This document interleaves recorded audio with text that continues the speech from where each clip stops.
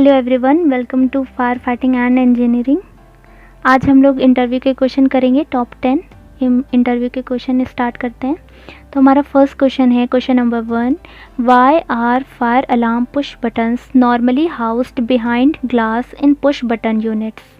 ये कह रहे हैं कि फायर अलार्म जो पुश बटन होता है वो जनरली जो पूरी यूनिट होती है, पुश बटन यूनिट होती है, उसमें ग्लास के पीछे क्यों लगाते हैं? तो to protect against unintentional operation, क्योंकि देखिए क्या होता है कि कभी कभी अनजाने में क्या हो जाता है, हम उसको प्रेस कर सकते हैं, तो इसलिए उससे बचाने के लिए। अनइंटेंशनल मतलब कि अनजाने में हम उसको ऑपरेट कर सकते हैं। To protect against unintentional operation. अब नेक्स्ट क्वेश्चन है question number 2, what is the key purpose of automatic roof ventilators. देखिए ऑटोमेटिक रूफ वेंटिलेटर्स जो होते हैं उनका मेन मकसद क्या होता है, इनका पर्पस क्या होता है लगाने का? तो to disperse heat and smoke in a fire situation. क्या करेगी ये वेंटिलेटर्स? क्या करते हैं वो? हीट और स्मोक जो भी होगा, धुआं होगा, वो उसको क्या करेगी? डिस्पर्स करेगी, उसको बाहर निकालेगी फायर सिचुएशन में। नेक्स्ट क्वेश्चन है question number 3, to what does the Irish standard IS 291 इस टू 2002 रिलेट। ये किससे रिलेट है ये स्टैंडर्ड? देखिए इसमें क्या होता है, जो पोर्टेबल फायर एक्सटिंग्विशर होते हैं उनका यूज़ किस तरह से होगा, सेटिंग, इंस्पेक्शन, मेंटेनेंस, इन सब के बारे में दिया है। ठीक है, ये सारे स्टैंडर्ड जो है, ये स्टैंडर्ड जो है इनसे रिलेटेड है, फायर एक्सटिंग्विशर के यूज़, सेटिंग, इंस्पेक्शन और मेंटेनेंस से। अब आते हैं नेक्स्ट क्वेश्चन पे, question number 4, what is the Irish standard IS 3217 इस टू 1989।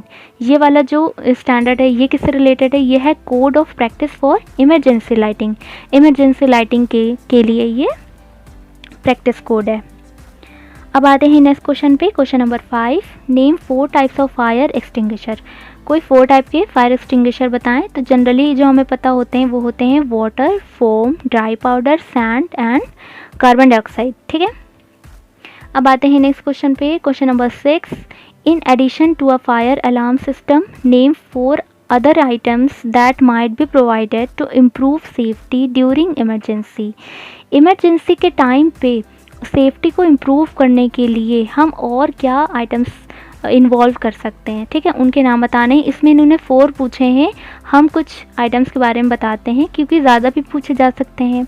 तो देखिए वो क्या है, इमरजेंसी लाइटिंग, फायर एक्सटिंग्विशर्स, होस रील, फिक्स्ड एक्सटिंग्विशर, स्प्रिंकलर्स और फायर ब्लैंकेट्स। एक बार फिर देख लेते हैं, इमरजेंसी लाइटिंग, फायर एक्सटिंग्विशर्स, होस reels, fixed extinguisher, sprinkler and last fire blanket.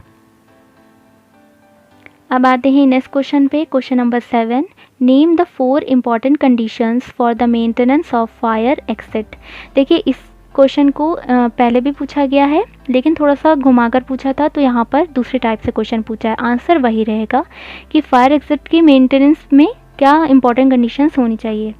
देखिए they should always be available when people are on the premises. ठीक है, हमेशा अवेलेबल होना चाहिए। They should always be kept clear, हमेशा क्लियर रखना चाहिए, उसे साफ रखना चाहिए। दे शुड ओपन आउटवर्ड्स और स्लाइड, उसे बाहर की तरफ खुलना चाहिए या फिर स्लाइड होना चाहिए। They should be clearly marked, हमें वहाँ पर प्रॉपर मार्किंग होनी चाहिए। ठीक है, क्लियरली मार्क्ड होना चाहिए।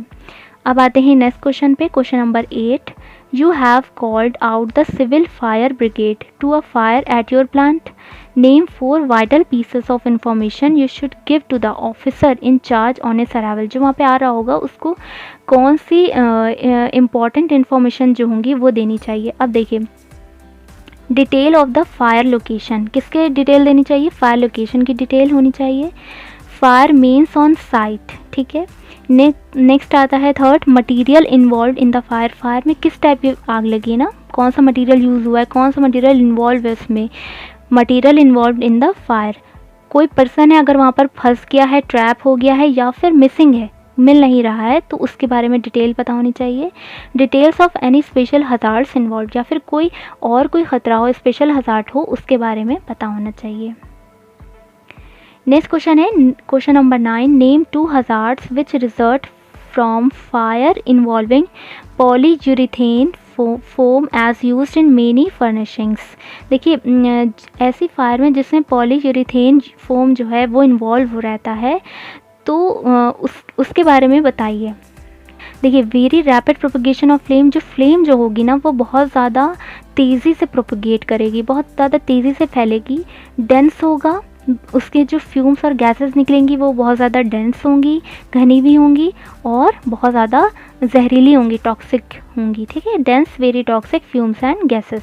क्यों? क्योंकि पॉलीयूरेथेन फोम की वजह से अगर फायर में वो इन्वॉल्व है तो इस तरह की कुछ सिचुएशन होगी, बहुत तेज़ी से फ्लेम जो होगी वो प्रोपगेट करेगी। अब आते हैं नेक्स्ट क्वेश्चन पे। Question number 10, what precautions should be taken when electrical apparatus has to be used in a hazardous area. ठीक है, अगर इलेक्ट्रिकल अपरेटस यूज़ करते हैं हज़ार्डस एरिया के पास तो क्या प्रिकॉशन लेनी चाहिए? It should meet the classification required according to the hazard involved.